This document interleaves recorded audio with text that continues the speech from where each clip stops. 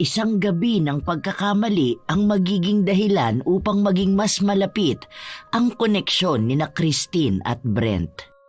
Dahil sa ibinalita ng dalaga kay Brent ang pagdadalang tao niya, muli silang nagkita makalipas ang ilang buwan, kung saan sumailalim sa mahika ang binata upang maging sunod-sunuran sa pag-ibig. Ano nga kaya ang magiging mas malaking dulot ng itim na mahika sa isang tao? Sa araw mismo ng kanilang kasal, may makakaputol kaya ng gayuma? O bibit-bitin nila ang pinakamalaking kasalanan na babago sa kanilang mga buhay? Ay, grabing traffic ang inabot ko. Ang init pa sa labas. Paano? Nagkamali kasi ng dinaanan yung nabukong motor. Ay, napunta pa kami dun sa may nagpi-prenup shoot. Ayun, kinailangan pa naming umikot. Bilad na bilad ang balat ko sa araw. Ay, mabuti na lang may sunscreen ako. Oo nga pala, kanina pa ba kayo nandito? Hindi naman, medyo kararating lang nga lang namin. Hinihintay pa namin yung iba. Umupo ka na muna lang dyan. Mukhang na-traffic din sila eh. Kamusta na nga pala? Balita ko malapit na rin ang kasal mo. Oo, inaasikaso pa namin. Hindi pa kasi kami sigurado kung saan ba ang venue. Pinag-uusapan pa kung garden o beach wedding. Sa susunod na linggo pa yung prenup shoot namin. Uy, invited ka ha. Pumunta ka doon, kukunin kitang bridesmaid. Uy, congrats ha. Kailan ba yan? Tingnan ko muna kung pwede ako ha. Alam mo naman na busy ako sa trabaho eh. Tapos sa susunod na buwan pupuntahan ko pa si Jowa sa Canada. Kaya baka masaktuhan naman na nasa abroad ako. Oo nga pala, hindi ko pa nakikita ang future groom mo. Bakit hindi mo isinama rito? Hindi kasi yun mahilig sa mga ganito. Grabe, kung alam mo lang kung gaano ka mahiyain yun. Ako nga lang ang kinakausap nun eh. Pasalamat na lang din dahil iwas sa babae. Hindi friendly at hindi palakibo. Oh, sino pa bang hinihintay natin? Uy, may mga bagong mukha ako nakikita rito ah. Mga kaibigan mo sila? Hello sa inyo, ako pala si Christine. Oo. Mga naging kaibigan ko sa trabaho. May isa pa akong hinihintay, si Brent. Actually, friend yun ng boyfriend ko. Pero inaya ako na sumama sa atin makiparty. Paano, galing sa breakup, kailangan ng konting saya. Alam mo yun, hindi naman siya madadamayan ng boyfriend ko dahil nasa Canada. Kaya ang sabi ko, magpakasasa na lang muna sa alak. Oh, ayan na pala siya. Ang hirap naman maghanap ng parking dito. Doon pa ako sa kabilang building nagpunta. Ang pogi naman niya, Ara. Bakit naman mabubroken pa yung ganyang mukha? Grabe naman kung may gusto pang manakit sa kanya. Kasi kung ako yan, hindi ko yan papakawalan. Baliw ka talaga. Oo nga pala, Brent. Ito si Christine. Isa sa mga friend kong mahirap maaya sa galaan. Nagkakilala kami niyan noon nasa LU. Tapos, nabalitaan kong nakabakasyon malapit dito. Ayan, inaya ko na. Hello sa'yo, Brent. Nice to meet you too. May iba ka pa bang hinihintay? Tara, makita tayo. Alak na alak naman masyadong broken-hearted. Tara na nga, halika na, Christine. Tawanan ang maririnig sa kanila habang sabay-sabay silang umaakyat sa ikalawang palapag kung saan naroon ang bar. Marami sila na magkakasama kung saan isang mahabang lamesa sila nakapwesto. Kahit na hindi pa kilala ni Christine ang pangalan ng mga kasama niya, maayos siyang nakisama sa mga ito at nakipagkwentuhan. Sa katunayan ay hindi rin naman sila ganon lubos na magkakilala ni Ara. May koneksyon lang silang dalawa kaya minsan ay nakakapag-usap sila. Sanay rin naman ang dalaga na makihalubilo sa maraming tao. Naging masaya ang gabi nilang lahat. Umiindak sa tugtugin at nagpapakalulong sa alak. Pwede ba magtanong kung hindi ka lang naman masasaktan kasi medyo personal to? Tungkol ba saan? Sa love life ko. Gusto mong malaman kung bakit kami naghiwalay. Daig mo pa manghuhula ah. Yan lang naman ang pwede mag-iusapan tungkol sa buhay ko. So, bakit nga ba? May iba bang dahilan? May nagloko ba sa inyo? Walang cheating. Hindi ko maintindihan kung bakit gusto niya makipaghiwalay sa akin. dahil hindi siya makapag-focus sa karir niya. Pero mahal ko siya.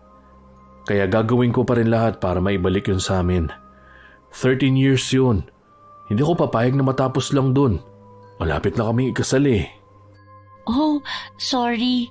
Hindi ko alam na ganun pala kayo katagal. Pero malay mo, may ibang babae na mas deserving mahalin mo. Marami pa dyan na hindi ka basta ipagpapalit. Malabo, hindi ko na kaya magmahal ng ibang babae bukod sa kanya. Hindi natuloy ang malalim na usapan ng dalawa nang unti-unting nagpaalam ang mga kasama nila na uuwi na.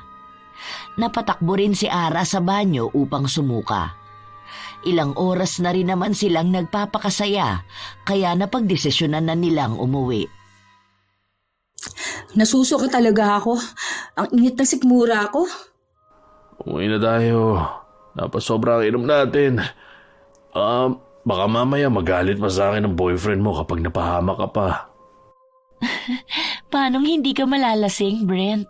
Pati iniinom kong alak, ikaw na ang kumuha. Ikaw naman, Ara. Sure ka bang kaya mo makauwi? Gusto mo bang ako na lang ang mag-drive ng kotse mo? Hindi pa naman ako lasing eh. Sa inyong lahat ako lang yata ang walang tama ng alak. Hindi na. Andyan na yung kapatid ko. Nasa baba na raw siya naghihintay.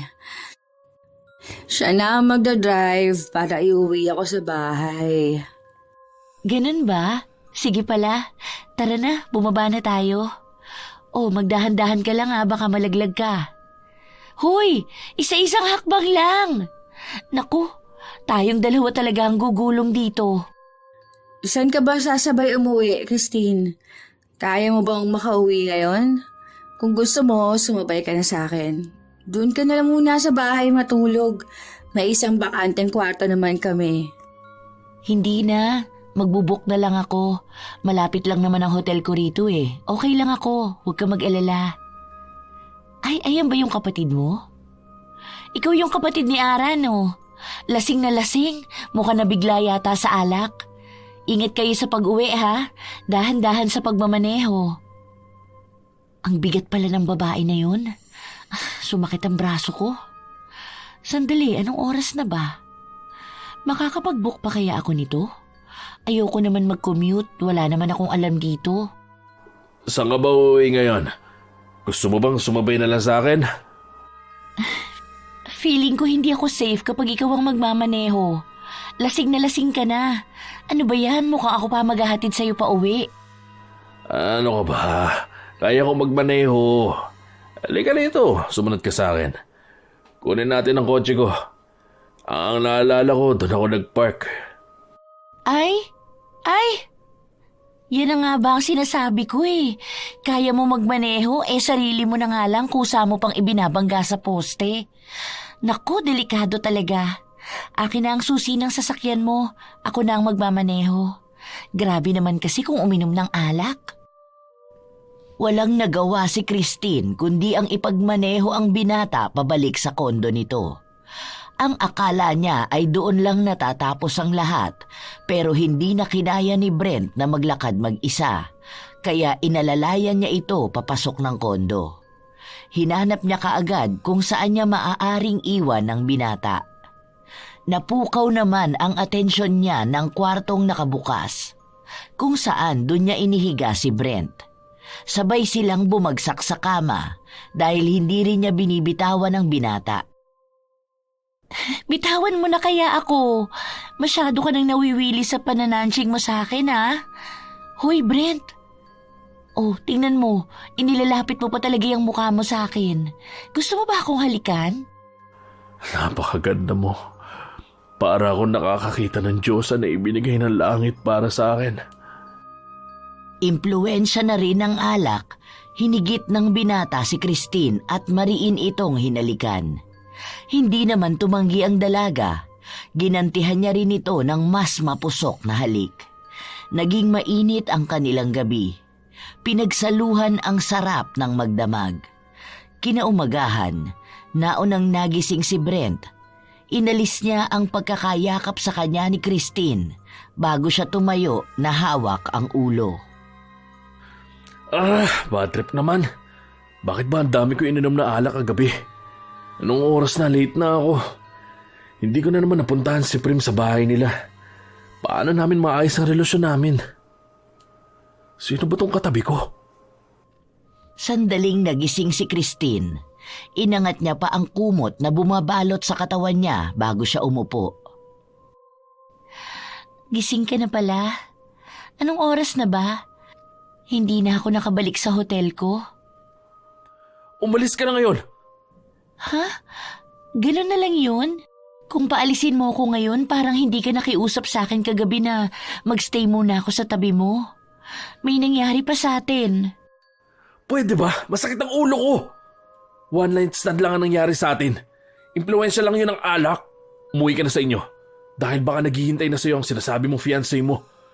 Iwan mo ako rito. Ayoko makita ang mukha mo. Hindi na kumibo si Christine. Umalis siya ng kondo nang hindi niya kinakausap pa ang binata. Wala lang din naman para sa kanya ang isang gabing nangyari sa kanila dahil mangilang beses na niyang nagawa yun sa bawat lugar na pinupuntahan niya. Naging maayos at mabilis ang takbo ng panahon. Nanatili sa nakaraan ang nangyari sa kanila. Dahil matapos nun ay wala na silang naging kahit na anong komunikasyon hanggang sa nakipagkita si Christine sa kaibigan niya. Ay, pasensya na. Katatapos lang yung meeting namin. Napaghintay yata kita na matagal. Bala ko pa nga sana na mag-undertime kaso ang dami naming inaasikaso ngayon sa trabaho eh. Tambak talaga ako ngayon. Alam mo bang, bala ko pa sanang magtagal sa Canada kaso tawag sila ng tawag sa akin para bumalik na sa trabaho. Hindi, okay lang. Ako na nga ang may kailangan sa'yo. Inistorbo pa nga kita eh. Umupo ka na lang muna dyan. Tungkol ba sa anong mahalagang bagay na sasabihin mo sa akin? Tungkol ba yan sa kasal mo? Malapit na ba? Hindi yun. Naalala mo ba yung lalaki na kaibigan ng boyfriend mo? Yung nakasama natin noong September 15? Yung sinasabi mo na broken-hearted? Oo, si Brent. Bakit? Alam mo ba kung nasaan siya ngayon? Alam ko kung saan ang kondo niya kasi galing na ako dun. May nangyari pa nga sa amin nung gabi na yon. Pero nung nagpunta ako dun kahapon, wala na raw siya ron. Hindi ko alam kung saan ko siya hahanapin. Wala akong alam na kahit ano tungkol sa kanya. Kaya sa'yo ako nagbabaka sakali. Baka lang alam mo kung nasaan siya. Wala na talaga siya doon. Dahil ibinenta na niya yon. Pinayuhan kasi namin siya na ibenta na dahil doon sila tumira na ex niya. Para sana makapag-move on na rin siya. Ano bang kailangan mo sa kanya? May atraso ba siya sa'yo? Isa pa, hindi ko alam na may nangyari sa inyo ng gabing yon. Hindi ko kasi ipinaalam kahit kanino. Dahil, alam mo na, ikakasal na ako nung panahon na yon. Ayoko naman makaapekto sa relasyon namin ng fiancé ko. So, bakit mo nga siya hinahanap? Anong kailangan mo sa kanya? Gusto kong sabihin sa kanya na nagbunga ang isang gabi na yon. Buntis ako at si Brent ang ama. Ha? Sigurado ka ba niya sa sinasabi mo? Isang beses lang naman atang nangyari yun, di ba? Paano ka nakakasigurado na si Brent ang ama ng dinadala mo? Hindi ba may nobyo ka? Alam ko na siya talaga. Hindi ako nagkakamali na siya ang ama ng dinadala ko. Sa kanya ang bata na to. Hindi naman ako lalapit sa'yo at hahanapin siya kung hindi ako sigurado. Hindi ko naman gagawin tanga ang sarili ko, no?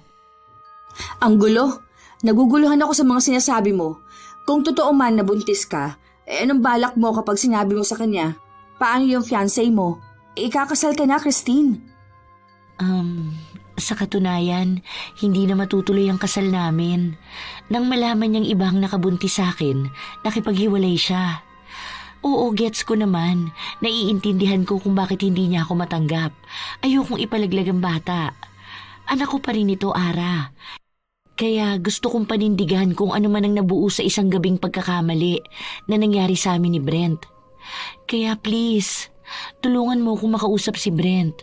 Hindi ko naman siya ipinagpipilitan sa anak namin, pero ayoko na maipagkait sa kanya na malaman niya ang totoo. Sige, susubukan ko muna siyang kausapin ha. Babalitaan na lang kita kapag nagkita na kami. Sasama na ako sa'yo para ako na ang magsasabi sa kanya. Alam ko na natatandaan niya pa yun. 2 buwan pa lang naman na nakakalipas simula nun eh. Hindi kumbinsido si Ara sa mga sinasabi ni Christine. Pero masyadong makulit ang kaibigan kaya wala na siyang nagawa kundi ang samahan ito sa bagong bahay ng binata. Iniwan niya ang dalawa para makapag-usap ng masinsinan. Nasa labas ng bahay si Ara habang kausap ang kanyang nobyo. Ibinalita niya kung ano ba ang sinabi sa kanya ni Christine. Doon niya rin nalaman na nagiging maayos na ulit ang relasyon ni Brent sa dati nitong nobya, kung saan paunti-unti na silang bumabalik sa dati dahil hindi raw tumitigil ang binata na suyuin ang dating nobya. 1 buwan pa lang simula nang magkabalikan sila pero hindi pa nila ito masyadong ipinakikita sa lahat. Ang nobyo lang ni Ara ang nakakaalam na nagpaplano na rin ang dalawa na ituloy ang naudlot nilang kasal. Naku, kapag nalaman ng girlfriend ni Brent na nakabuntis siya, baka tuluyan na sila maghiwalay. Ano na kayang naging usapan na ng dalawa? Makapasok na nga sa loob. Pagbukas ni Ara ng pinto, sakto naman na binuksan din yun ni Christine. May malawak siyang ngiti sa kanyang labi na para bang may maganda silang naging usapan ng binata. Tapos na kayo mag-usap? Oo, sinabi ko na sa kanya ang lahat. At ang sabi niya, pananagutan niya ako. Gusto na nga niya akong pakasalan eh. Ha? Talaga sinabi niya yun? Sure ka ba? Bakit para namang gulat na gulat ka? Hindi ka ba makapaniwala na ikakasal na naman ako? Pero alam ko this time matutuloy na to dahil hindi ako papayag na may hahadlang pa. Hindi ka ba masaya para sa amin? Sa susunod dito magiging ninang ka na rin. Masaya naman siguro. Pasensya na, masyado lang akong nabigla sa mga nangyayari. Parang ang bilis kasi, nakakagulat lang. Sige na, uuwi na muna ako. Marami pa akong gagawin. Salamat nga pala sa pagsama sa akin dito ha. Mabuti na lang mabait ang kaibigan mo dahil isa siyang lalaking may paninindigan. Handa niyang gawin ang lahat para lang mabigyan ng magandang buhay ang magiging anak namin. Naiwan si Ara na nakatulala sa tapat ng bahay ni Brent. Hindi pa rin maproseso ng kanyang utak kung ano nga ba ang nangyayari. Paanong naging ganon kabilis ang desisyon ni Brent kung alam naman nila kung gaano siya kabaliw sa kanyang nobya? Kilala niya ang binata. Hindi ito basta nagdedesisyon. Lalo pa at pinangakuan niya rin ng kasal si Prim.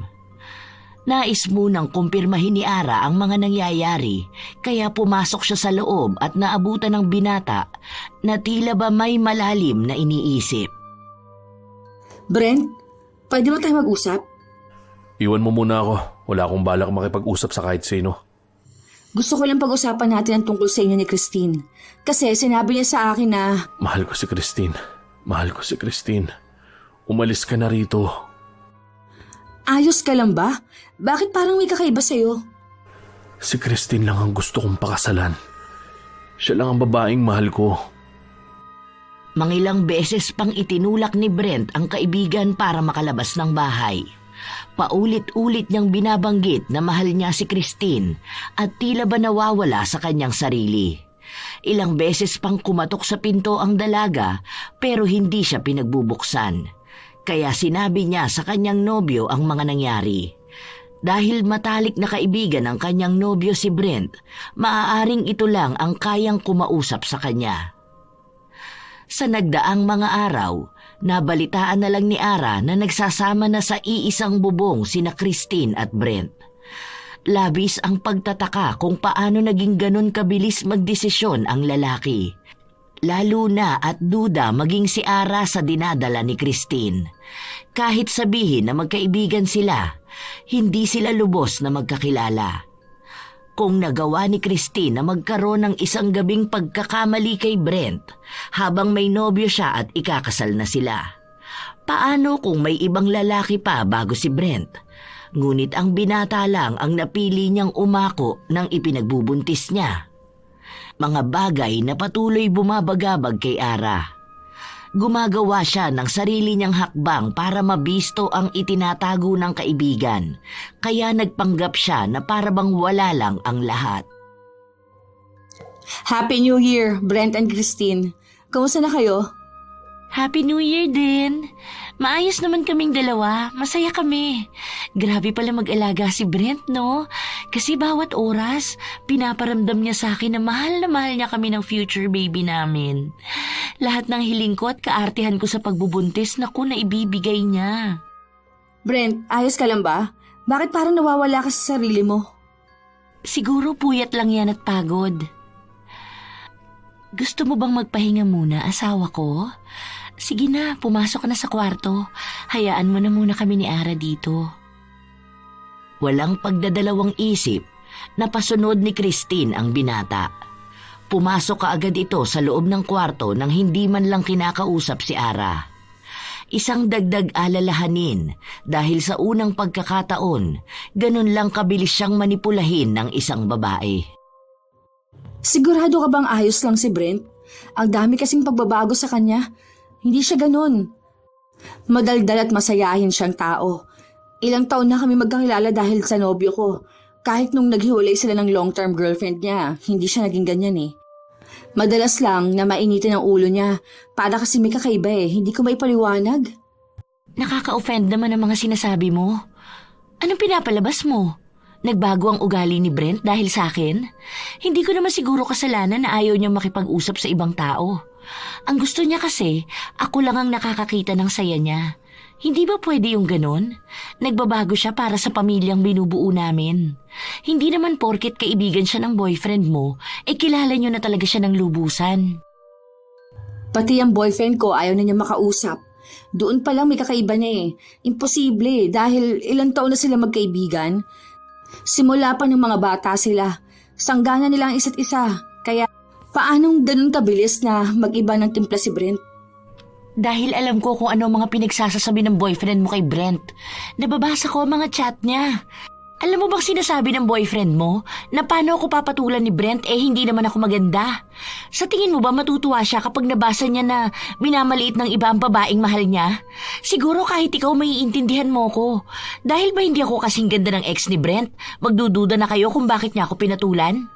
Tinanong ko siya ng ilang beses at ang sabi niya, ako lang ang mahal niya dahil sa akin niya nakuha ang pag-aalaga at pagmamahal na hindi niya nararanasan noon. Kaya wala yan sa itsura. Mas mabait at mas maalaga ako kaysa sa dati niyang girlfriend. Kaya kung pabalik-balik ka rito para lang sabihin sa kanya na hiwalayan ako, hindi mo yun magagawa. Hayaan niyo na lang kami maging masaya. Hayaan niyo kami bumuo ng sarili naming pamilya. Hindi ko intensyon na sumama ang loob mo. Ang sa akin lang, pakiramdam ko may nangyayaring kung ano kay Brent. Hindi nga namin alam baka ginayuma mo siya. Ayan, lumabas din sa bibig mo. Ang plastic mo, pupunta-punta ka rito para makibalita. Yun pala may iba ka nang iniisip tungkol sa amin. Hindi ko siya ginayuma. Mahal niya ako at yun ang pinanghahawakan ko. Lumayas ka rito! Pinaalis ni Christine ang kaibigan at pinagsabihan na pinuputol na niya ang ugnayan nila. Huwag na rin siyang babalik sa bahay nila kung paulit-ulit lang na ipapamukha sa kanyang hindi siya dapat mahalin ni Brent. Nagbanta rin si Ara na malalaman niya rin kung ano ang lihim niya. Sa oras na mapatunayan nilang ginayuma niya lang si Brent, sila mismo ang gagawa ng paraan para maalis ang mahika na ginawa niya. Bakit ba lahat sila humahadlang sa aming dalawa? Mahal namin ang isa't isa at walang kahit na sinong makakapaghiwalay sa amin. Akin lang si Brent. Handa akong kalabanin silang lahat. Huwag lang nilang kunin sa akin ang lalaking mahal ko. Buo sa kalooban ni Christine na hindi siya iiwan ng kasintahan at wala siyang pakikinggan na kahit sino sa mga taong pilit na lumalapit sa kanya. Sa paglipas ng mga araw, hindi nagparamdam si Ara. Pero alam ni Christine na may ginagawa itong plano laban sa kanya. Tingnan mo to, asawa ko. Bagay siguro sa akin ang ganitong gown, no? Ano ba sa tingin mo? Ikaw kaya ang pumili kung anong mas maganda sa akin. Sa ganda mong yan, kahit anong suotin mo, bagay naman sa'yo. Kaya huwag ka mag-alala. Kahit anong gown ang piliin mo, ikaw pa rin ang nag-iisang pinakamaganda sa paningin ko. Ayan ka na naman Huling-huli mo na naman ang kiliti ko. Nakakainis ka talaga. Panay ka bola sa akin. Ayan na, feeling ko tuloy para na akong pang Miss Universe. Gandang-ganda na naman ako nito sa sarili ko. Mas maganda ka sa lahat, asawa ko. Hindi kita mamahalin ng ganito o hindi ko nakikitang higit ka sa kanila. Mahal mo ba ako? Mahal na mahal kita. Hindi ko kayang mabuhay na wala ka. Kaya huwag kang mag-alala. Hindi kita ipagpapalit sa kahit na sino. Makakaasa kang sa'yo lang ang puso ko. Tiyak na matutuwa ang baby natin kapag lumabas na siya. Dahil may isang responsabling ama na magmamahal sa kanya. Isang pamilya na magbibigay ng magandang buhay. Sana maging kamukha mo ang baby para kapag babae siya, magiging sobrang ganda niya. At kung lalaki naman, syempre sobrang pogi niya. Mukhang isang normal at perpektong araw na puno ng pagmamahalan, ngunit natigilan ng dalawa sa paghaharutan nang makarinig sila ng katok sa pinto. Si Christine ang nagbukas ng pinto kung saan nakita niya si Ara na may kasamang isang magandang babae. Di hamak na mas maputi, makinis at mas balingkinitan ang katawan ng babae. Kilala ni Christine kung sino ang kasama ni Ara. Ito ang dating kasintahan ni Brent. Anong ibig sabihin nito? Anong ginagawa niyo sa bahay namin? Talagang nagsama ka pa ng ibang babae para lang magulo ang relasyon na iniingatan namin? Bakit hindi mo nalang pinanatili ang pananahimik mo? Masaya na kami. Gusto lang sanang makausap ni Prim si Brent. Bigyan mo sila ng kaunting pagkakataon para sa closure. Para saan pa? Para kumbinsihin na bumalik si Brent sa kanya? Niloloko mo ba ako sa closure na yan? Ara, alam mo ba ang ginagawa mo? May bago na si Brent, tapos dinadala mo pa rito ang ex niya? Para ano? Para sirain ang relasyon na meron kami? Babae kayo, pero bakit kayo mismo ang gumagawa ng paraan para makaramdam ng sakit ang kapwa niyo babae? Hindi to makatarungan. Pinagtutulungan niyo ako dahil lang sa ako ang pinili niyang mahalin. Wala kaming masamang intensyon. Gusto lang niya makausap si Brent. Kahit na saglit lang, pagbigyan mo kami. Nagpupumilit si Prim na pumasok sa loob. Isinisigaw niya rin ang pangalan ni Brent para lumabas. Nang bigla siyang sampalin ni Christine. Umalis na kayo rito o idedemanda ko kayo ng trespassing. Huwag na kayong babalik dito para lang guluhin kami. Masaya na si Brent sa piling ko. Bumubuo na kami ng sarili naming pamilya kaya utang na loob. Mag-move on ka na. Hindi ka na niya mahal dahil ako na ang nagmamay-ari ng puso niya. Ako lang. Padabog na isinara ni Christine ang pinto. Napahawak pa siya sa kanyang dibdib habang nakatanaw sa kinauupuan ni Brent. Alam niyang hindi sila titigilan ni Naara at ni Prim. Kapag nagkataon, maaaring mabawi pa sa kanya ang nobyo. Hindi papayag si Christine na mawala pa ang lalaking mahal niya. Malaki ang posibilidad na magbago ang isip ni Brent kapag nakita niya ang dating kasintahan. Lalo pa at ito naman talaga ang kilala ng puso niya, na natatabunan lang ngayon ng mahika. Ano nangyayari sa'yo, asawa ko? Bakit parang takot na takot ka dyan? Halika nga rito, sino bang kaaway mo dyan sa labas?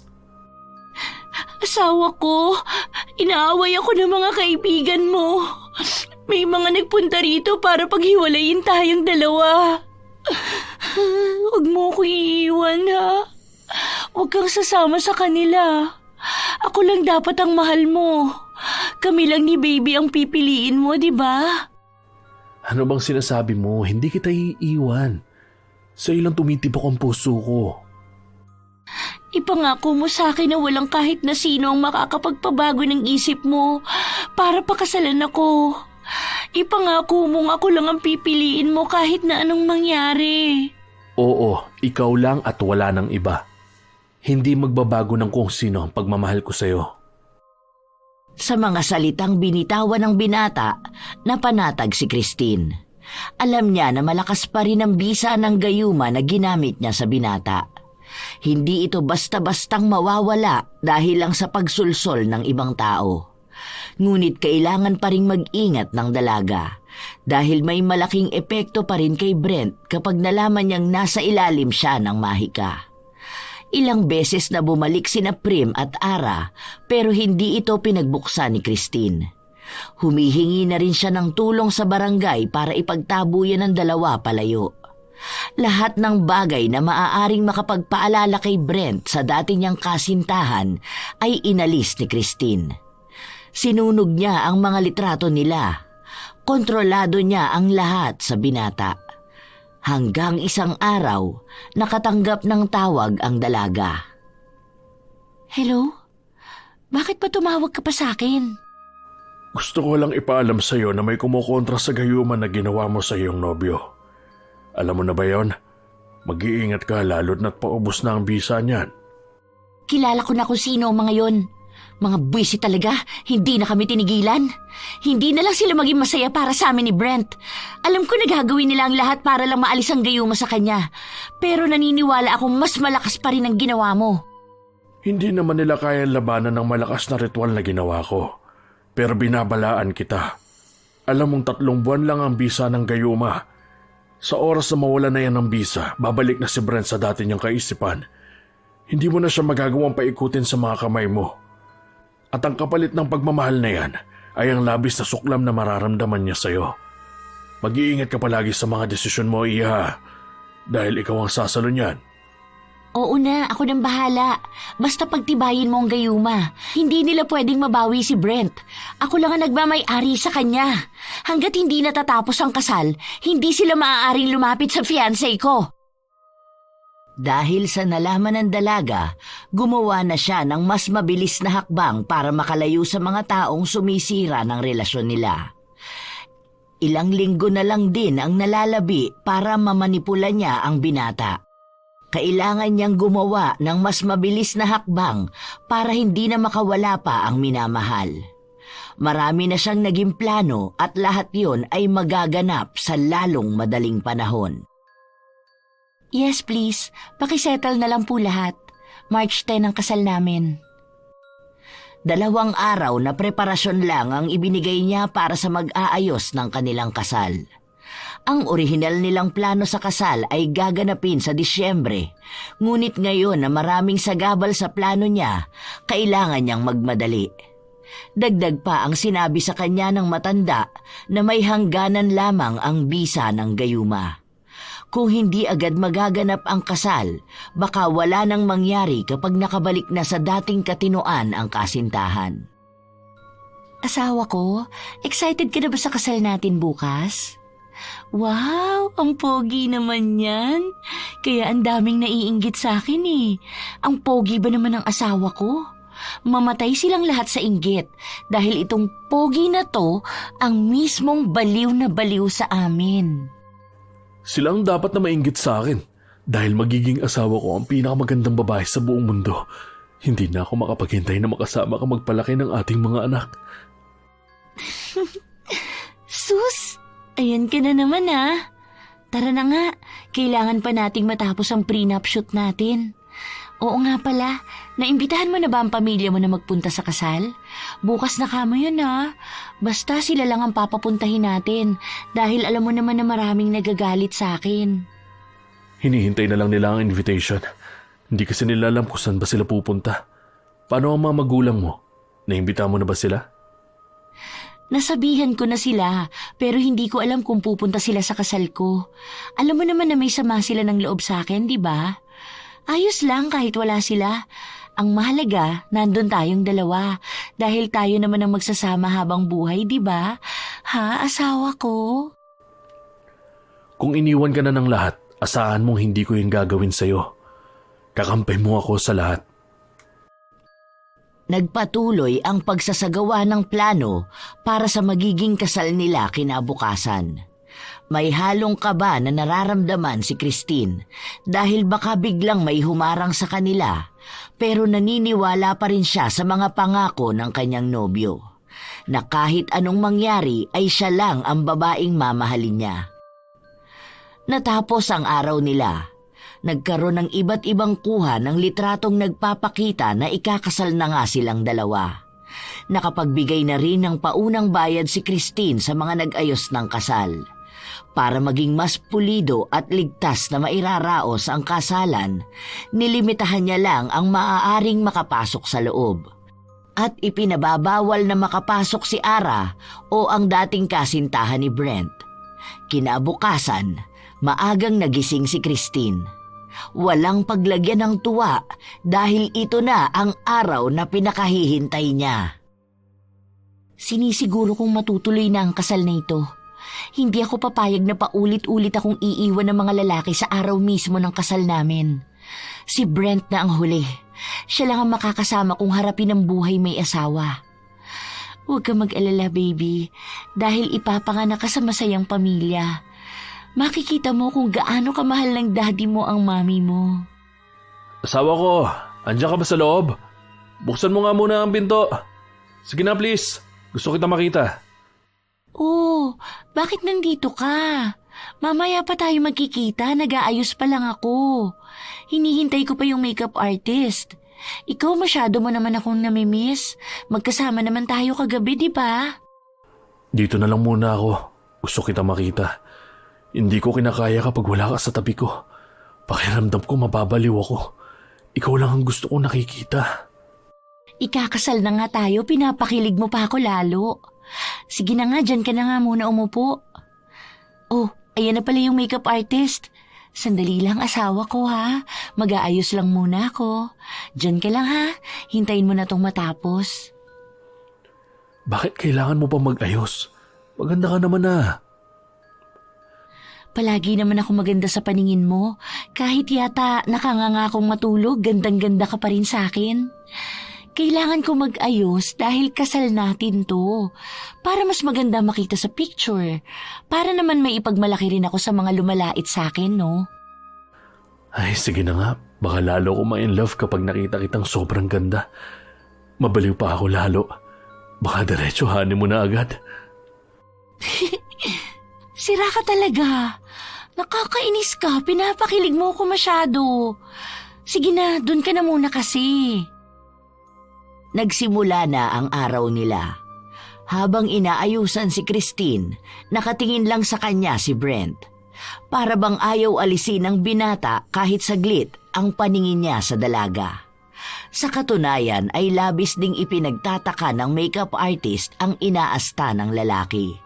Kaya napatanong ito kung paano ba sila nagkakilalang dalawa at kung gaano na sila katagal para gano'n na lang mabaliw si Brent sa mapapangasawa niya. Hindi man direktang sinabi ng makeup artist, pansin niyang hindi naman gano'n kaganda si Christine para kabaliwan. Ganyan na talaga siya noon pa man, lalo na nung unang beses niya ako nakita. Ang sabi niya nga na love at first sight siya sa akin. Simula noon hindi na niya ako tinigilan hanggang sa nauwi na kami sa kasalan. Basta alam ko lang, mahal na mahal niya ako at palagi niyang sinasabi na ang ganda ko raw. Kaya natutulalayan sa akin ngayon dahil baka naging mas maganda pa ako. Ang swerte ko, no? Kaya ang daming naiinggit sa akin kung ano-anong paninira ang pinapakalat nila. Mabuti na lang hindi naniniwala ang fiancé ko. Gusto pa sanang magbiro ng babae dahil halatang malayo ang agwat ng kanilang mga itsura para mabaliw ng ganon si Brent. Pero inisip ng makeup artist na baka bumabawi naman si Christine sa ugali na siyang minahal ng lubusan ng binata. Sa paglipas ng mga oras, nagdatingan na rin ang mga taong imbitado. Bilang lang sa daliri ang naroon, kung saan wala ang mga magulang ng binata. Tanging ang isa niya lang na kapatid ang naroroon. Nang tanungin ni Christine ang dahilan, ang sabi lang ay may emergency. Pero sa tono pa lang ng pananalita ng kapatid ni Brent, halatang hindi siya tanggap ng mga yon. Hindi pa rin kasi nila ipinapakilala ang isa't isa sa kanilang mga pamilya. Nagpatuloy na ang seremonya ng kasal, kung saan walang naging aberya at walang tumutol sa pag-iisang dibdib ng magkasintahan. Hanggang sa umabot sila sa reception. Laking gulat ni Christine nang makapasok ang dating kaibigan. Sinugod siya nitong galit na galit. Ang buong akala niya ay matatapos ng matiwasay ang kanilang kasal. Ngunit hindi pa rin nawawala ang determinasyon kay Ara na mapatunayang isang mapanlinlang na pag-ibig lang ang meron sa dalawa. Ano bang ginagawa mo rito? Hindi ka naman imbitado sa kasal namin Umalis ka na kung ang gagawin mo lang ay manggulo. Tapos na kaming ikasal, kaya utang na loob, lubayan mo na kami. Masaya na kaming dalawa nang wala kayo sa buhay namin. Hindi ko kayo titigilan. Dahil isa kang mapanlilang na tao. Alam ko na ginawa mo. Ginayuma mo si Brent. Kaya ngayon, gagawa ako ng paraan para matigil ang kahibangan mo na ito. Ibalik mo siya sa tunay niyang mahal. Huwag kang maging makasarili dahil lang sa walang nagmamahal sa'yo. Teka, anong gagawin mo? Ano yung hawak mo? Tigilan mo yan! Huwag mo sirain ang masaya naming pagsasama. Special ang araw na to para sa amin, kaya huwag ka rito mag-iskandalo. Bakit? Natatakot ka na? Dahil totoo, di ba? Naginayuma mo lang siya. Walang naging masaya sa pagsasama ninyo dahil peke ang pag-ibig na yan. Minahal at pinili ka lang niya dahil sa mahi ka. Huwag kang ilusyonada, Christine. Nagkagulo ang mga tao matapos na mag-away ang dalawa. Pinigilan ni Christine ang dating kaibigan na makalapit sa kanyang asawa at makagawa ng bagay na ikasisira ng pagmamahalan nila. Ngunit mas nanaig si Ara. Nakalapit siya kay Brent at sinabuyan ito ng asin. Sandaling nabalot ng katahimikan ang buong paligid. Nakakaramdam ng panghihina si Christine pero hindi niya maaaring ipahalata. Kailangan niyang manindigan. Ano to? Ano nangyayari? Brent, naaalala mo na ba ang lahat? Nagising ka na ba sa panggagayuman niya sa'yo? Niloko ka ng babae na yan. Sumailalim ka sa mahi ka para lang mahalin at pakisalan siya. Alam mo bang ilang lalaki na ang ginayuman niya, pero lahat ay iniwan din siya. Ngayon, ikaw ang lalaking na ikasal sa kanya. Kaya klaro na ito na lahat na nangyayari sa inyo ay kalokohan lang. Isa lang itong ilusyon na binubuo ng babae na yan. Bakit mo ko sinabuyan ng asin? Bakit ka nanggugulo sa kasal namin? Wala man lang bang taong nagbabantay dito? Paalisin niyo yan! Wala kang karapatan na guluhin kami ng asawa ko! Mahal namin ang isa't isa kaya kami nagpakasal! Teka lang. Brent, gumising ka nga. Brent, ano ba? Lahat kayo, maniwala kayo sa akin na isa lang tong patibong ng babae na to. Ilang beses na niyang ginawa ng manggayuma dahil walang kaya magmahal sa kanya. Hindi mo ba narinig ang sinabi ng asawa ko? Lumayas ka na rito. Ginulo mo lang ang masaya dapat naming kasalan. Ikaw ang nababaliw, Ara. Hindi mo matanggap na ako talaga ang mahal niya. Mas kinakampihan mo pa ang baliw niyang ex. Pare-pareho kayong magsama. Hinila ng mga kalalakihan si Ara palabas ng venue.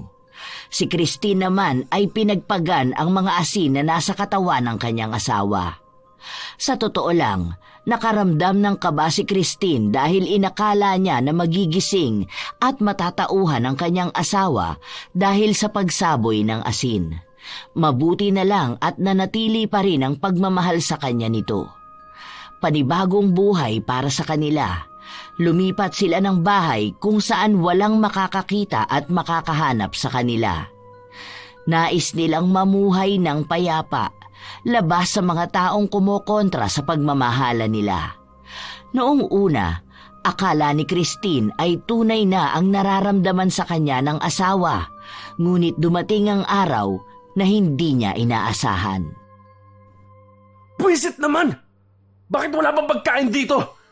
Lechya talaga oh! Ano ba klaseng buhay meron ako? Ay!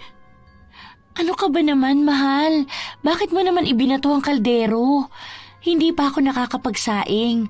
Mamaya pa kasi ako magluluto kapag tapos na akong maglinis ng banyo. Nagugutom ka na ba? Sige, paglulutuan na lang muna kita. Ano bang ulam ang gusto? Mahal, bitawan mo ako. Huwag mo naman ako sakalin. Nasasaktan ako.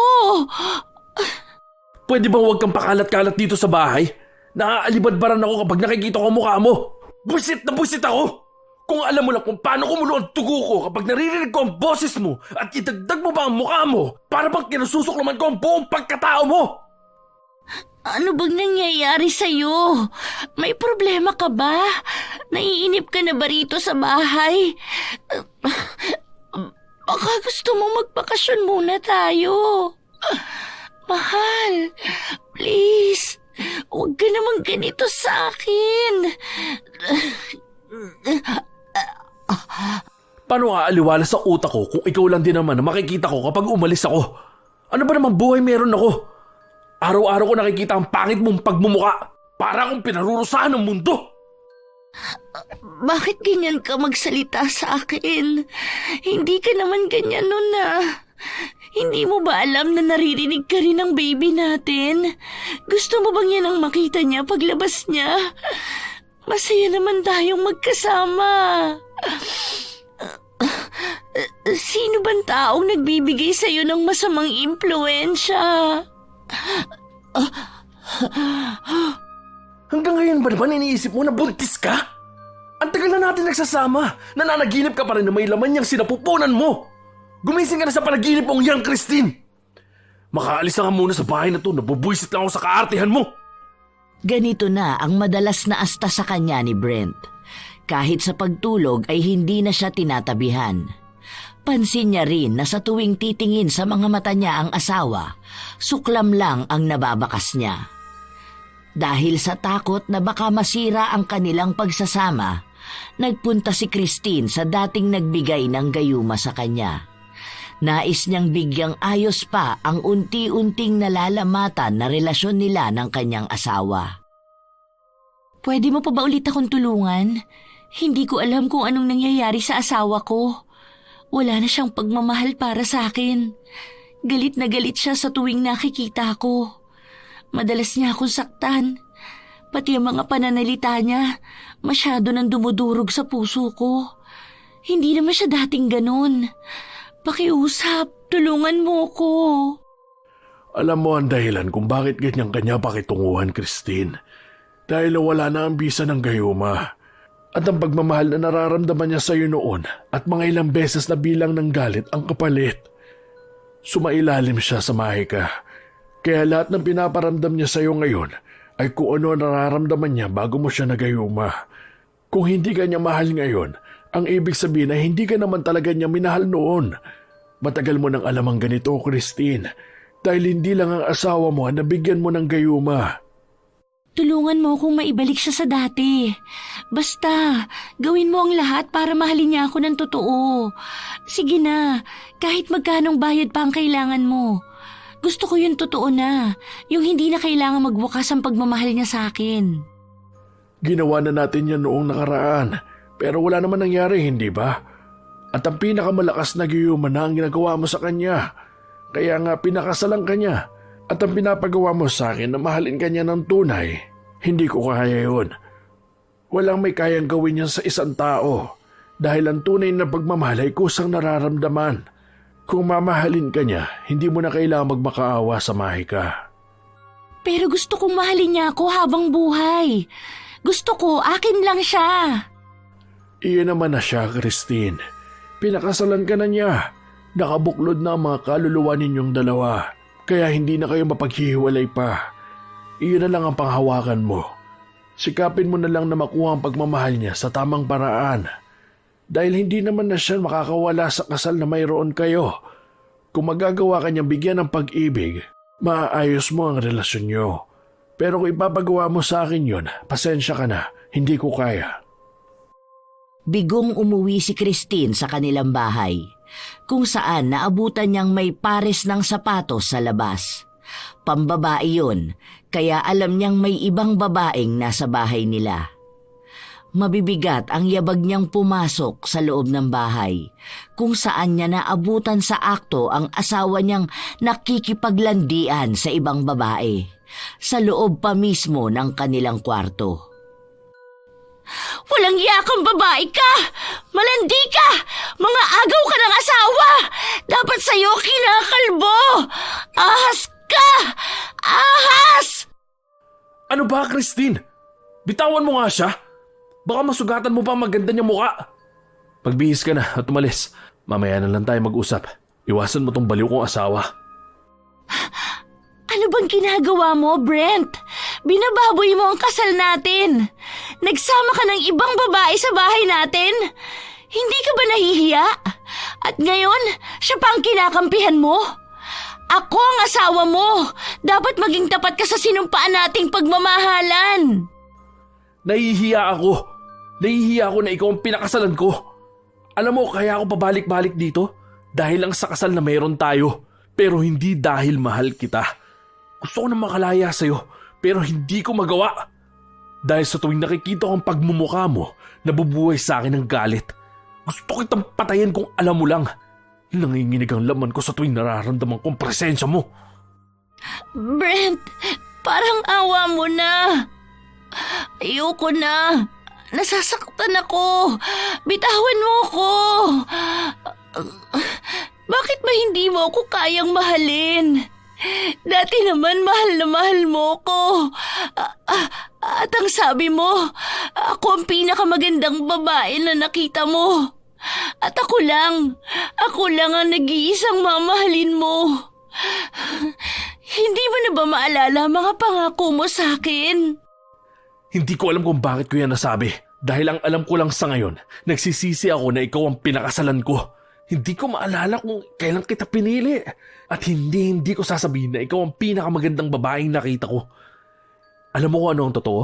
Ikaw ang pinakamasamang nangyari sa buhay ko. Nabubuhay ako sa bangungot kasama ka.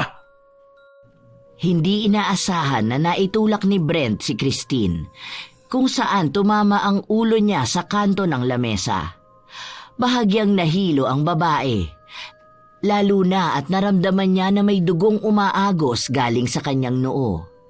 Humingi pa siya ng tulong sa asawa, ngunit iniwan lang siya nito na parabang walang kahit katiting na pag-aalala. Kaya mag-isang nagtungo si Christine sa doktor. Nang matapalan ng sugat niya, agad na rin siyang umalis kung saan nakasalubong niya ang dating kaibigan. Kahit paano, bakas ang pag-aalala sa kanyang muka. Christine, ano nangyari sa'yo? Bakit may sugat ka sa ulo? Ayos ka lang ba? Wala ito. Huwag mo akong pakialaman. Pwede ba tayo mag-usap kahit saglit lang? Para saan pa? Para ipagpilitan mo sa akin na hindi ko deserve si Brent? Ara, utang na loob. Anong klaseng pagmamakaawa pa ba ang gusto mong gawin ko para lubayan mo na kami?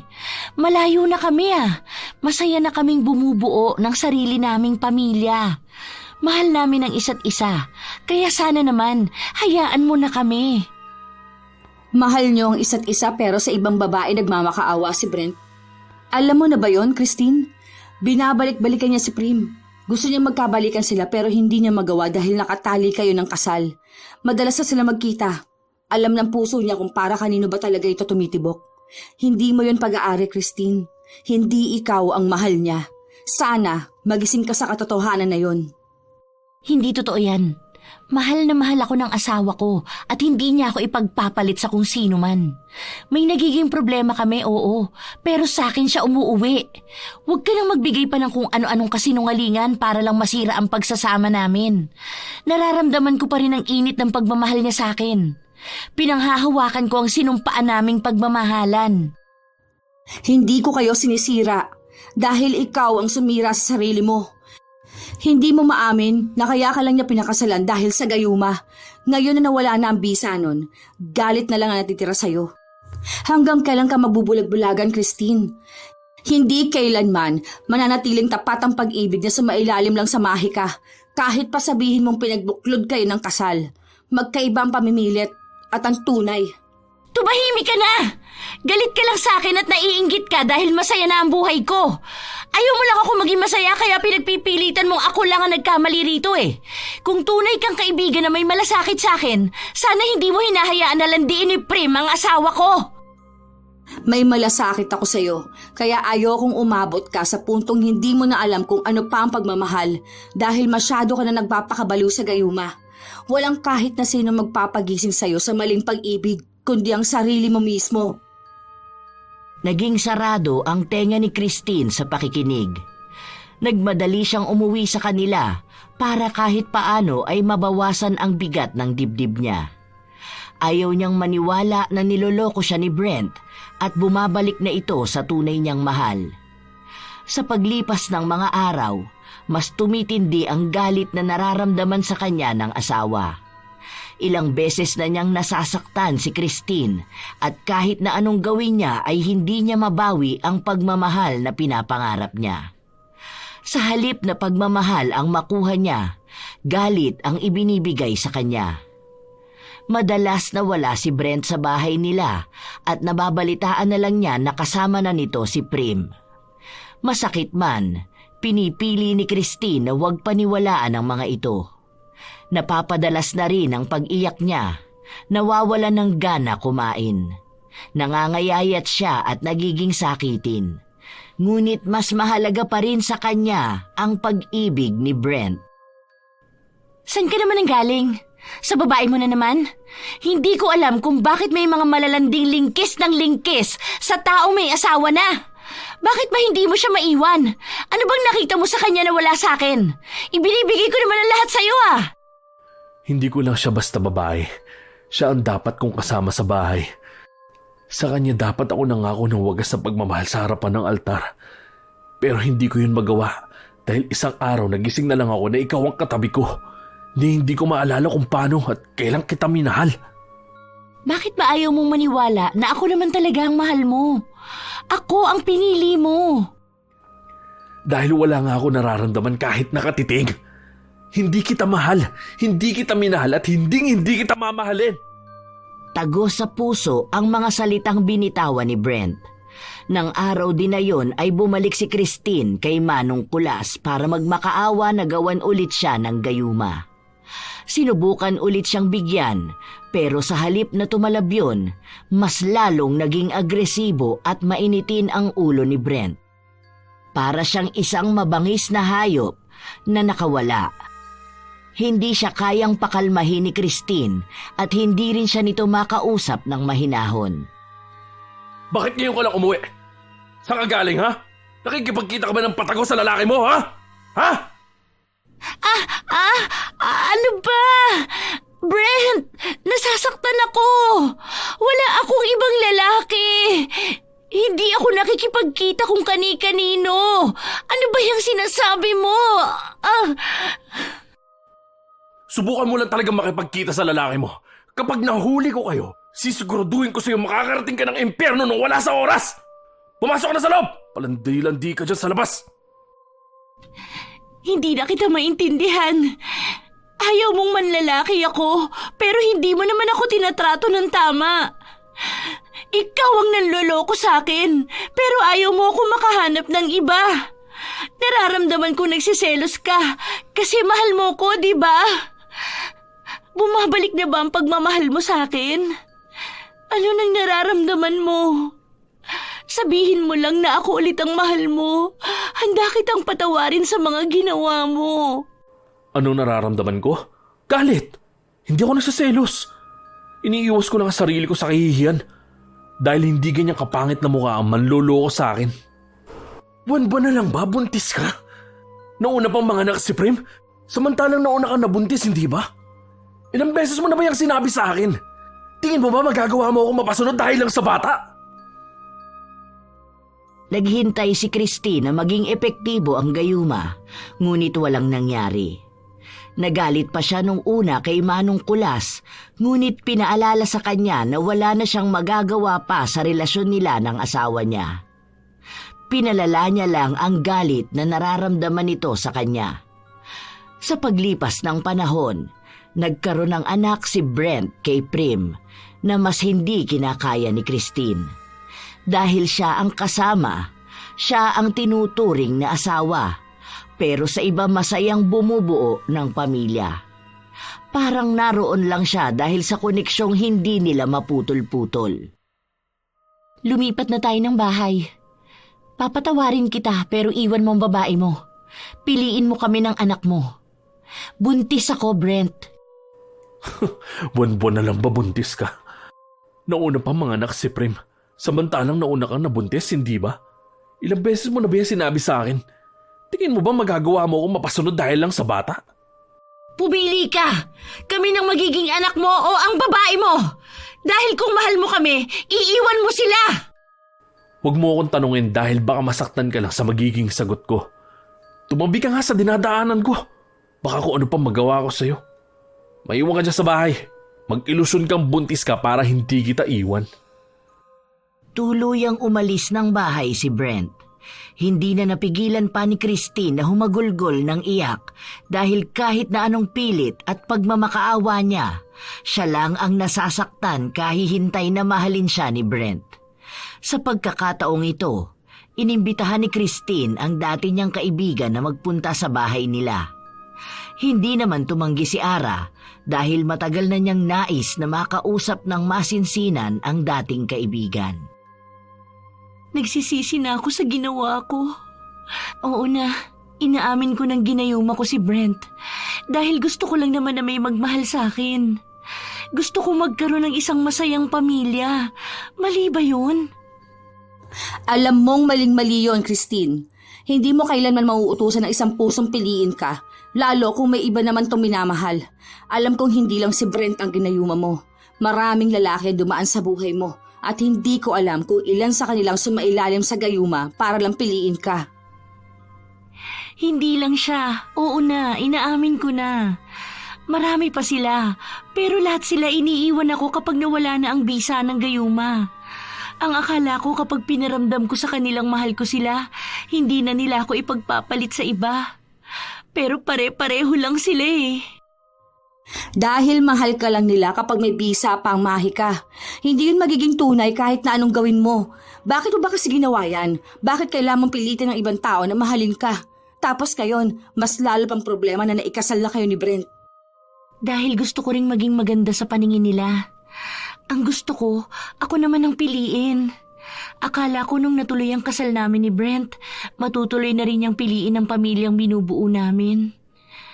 Inaamin kong nagpanggap akong buntis para lang makausap siya. Sobrang desperado na ako nung araw na yun dahil hiniwalayan ako ng dati kong fiancé. Dapat magpapakasal na kami.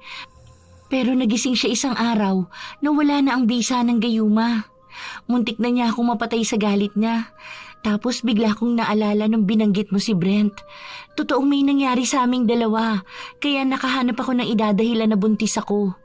Wala na akong matatakbuhan nun. Gusto kong mahalin kaya ginawa ko na ang lahat. Naku po, Christine. Siguro mas mainam kung itigil mo na tong ginagawa mo. Hayaan mo may ibang tao na magmahal sa'yo ng kusa. Hindi yung namimili ka ng tao. Maawa ka sa sarili mo. Maraming bagay na pwede tayo maging masaya.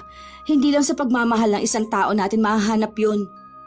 Hindi mo kailanman mararanasan ang tunay na saya kung kailangan mo pang ipagmakaawa na mahalin ka at itrato ka ng tama. Hindi mo yan makukuha sa gayuma, Christine. Pakiramdam ko, si Brent na ang karma ko. Kahit na ayoko na magstay sa relationship namin, ayaw niya akong pakawalan. Araw-araw niyang pinaparamdam sa akin na mali ang desisyon kong pakasalan siya. Mukhang pinagbabayaran ko na ang mga pagkakamaling ginawa ko sa mga taong niloko ko noon. Paulit-ulit ako sinusunog sa impyerno at wala akong magawa para makatakas. Ngayon na unti-unting nauunawaan at tinatanggap ni Christine ang ginawa niyang pag-anib sa kadiliman para lang mahalin at piliin ang isang tao. Habang tumatagal ang relasyon nila ng asawa, nauubos na rin ang pasensya niya dahil sa pananakit ni Brent. Napapagod na ang utak niya sa pag-iisip hanggang sa nagdesisyon siyang kausapin si Manong Kulas. Susubukan ko lang ulit, Christine. Dahil hindi ko sigurado kung kaya ko ito. Dahil ito ang unang beses kong gagawin to. Lalo pa at nakabuklod ang kaluluwa niyo ng kasal. Parang awa mo na, Manong Kulas. Tulungan mo na ako makawala kay Brent. Ipinapangako kung hindi ko na uulitin ang manggayuma ng kahit na sino. Pagod na ang damdamin ko, kakahabol ko sa pagmamahal. Inuubos na ako nito. Parang awa mo na. Gusto ko nang makalaya. Ayoko na nito. Pinagbantaan na kita noon, Iha, na sa oras na magkaroon ng basbas ang kasal ninyo, mahihirapan ka na makawala pa sa kanya. Kahit na ayaw mo na, ang mga kaluluwa nyo ay nakabuklod na. Kahit saan ka magpunta, kahit saan ka magtago, mararamdaman ng kaluluwa ninyo ang pagnanais na magsama. Kaya kahit pagod ka na at sumusuko ka na, wala ka ng ibang pagpipilian. Pero may iba siyang mahal. Hindi naman ako ang laman ng puso niya.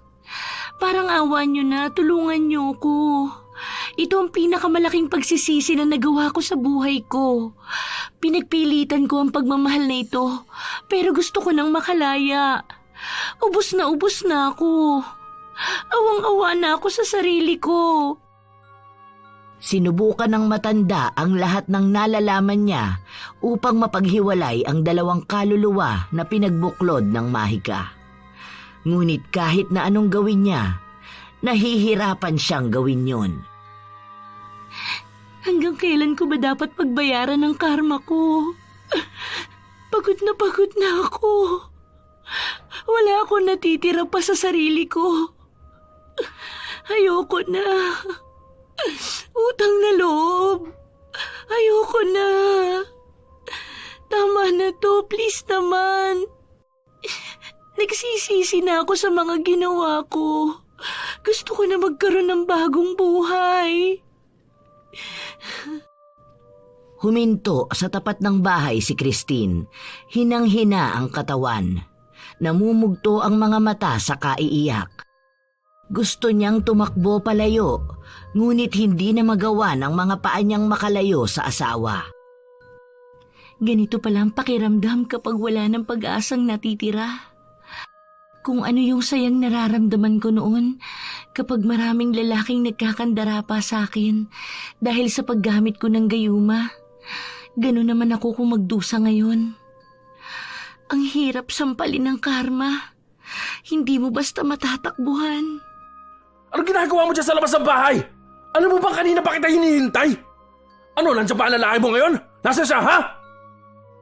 Umiintig ang panga ni Brent sa galit. Maging ang mga mata nitong nakatingin sa asawa ay parang kutsilyong kay talim. Dito na rin sumabog ang damdamin ni Christine upang lumaban sa kanya. Please, Brent, maghiwalay na tayo. Ayoko na ng ganitong relasyon. Hiwalayan mo na ako.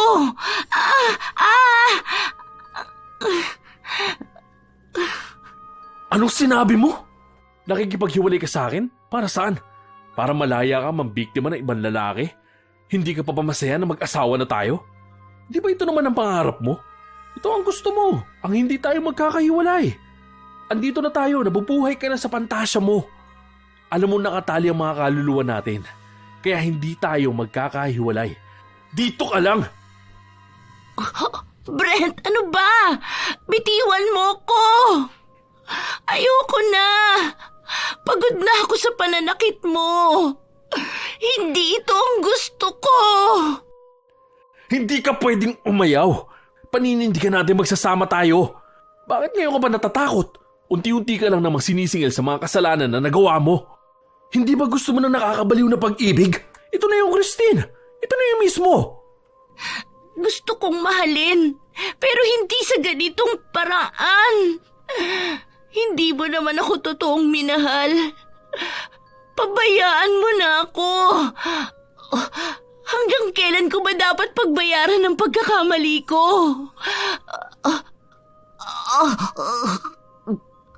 Kinakarma na ako.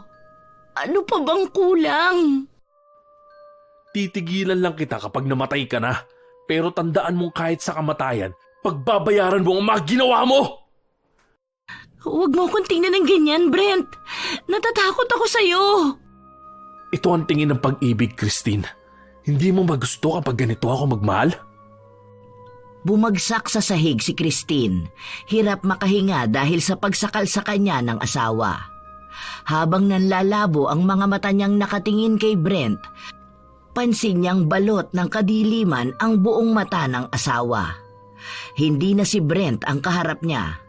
Maaaring ito ang dyablo na pinagkasunduan niya para makuha ang pagmamahal ng lalaki.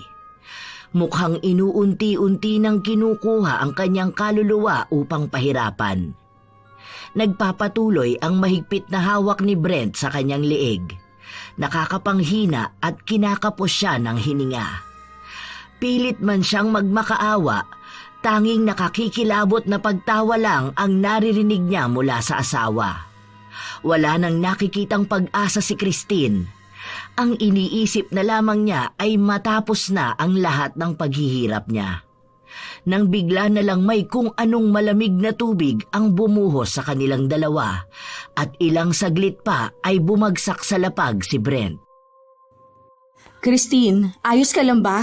Nako, muntikan ka na mapatay ni Brent. Mabuti na lang nakarating kami kaagad. Halika rito.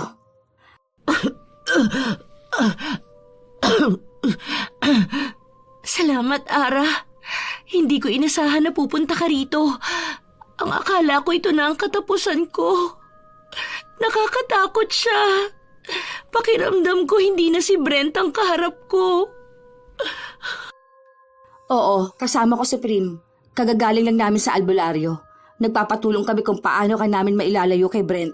Gumagawa na siya ng ritual ngayon. Sana lang, maalis na ang sumpang nakabuhol sa kaluluwa ninyong dalawa. Maraming salamat talaga. Gustong-gusto ko na makawala sa sitwasyon na to eh. Salamat sa Diyos at may pag-asa pa akong makapagbago. Natunghaya ni Christine kung paano alagaan ni Prim ang kanyang asawa.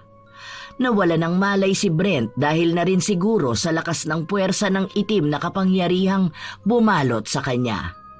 Doon na rin nalaman ni Christine na ang pinakamagaling na albularyo ang nakausap ni na Prim at Ara para malaman kung paano nila matutulungan si Brent na makawala sa pagkakatali ng kaluluwa niya kay Christine.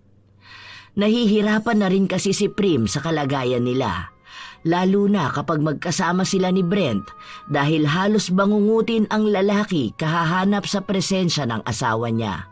Ngunit kapag magkasama naman sila ni Christine, malala ang galit na nararamdaman niya. Nang araw din na yun, unti-unting nagkaroon ng pagbabago kay Brent at tila ba ang mabigat na bitbit ng tahanan nila ay nabigyan ng aliwalas. Kumusta ka na ngayon? Ano nang nararamdaman mo? May masakit ba sa'yo? Pwede naman kitang samahan sa ospital. Parang ang gaan ng pakiramdam ko ngayon. Siguro, unti-unti ko na rin pinapakawalan ng pagmamahal ko kay Brent. Kumusta na pala sila ni Prim? Ilang linggo ko na silang hindi nakikita. Akalain mo yun, makakaya ko rin palang 1 linggo na wala siya sa buhay ko. Maayos naman na silang dalawa. Inilalaban ang para sa pagmamahalan nila. Gusto mo pa silang makita?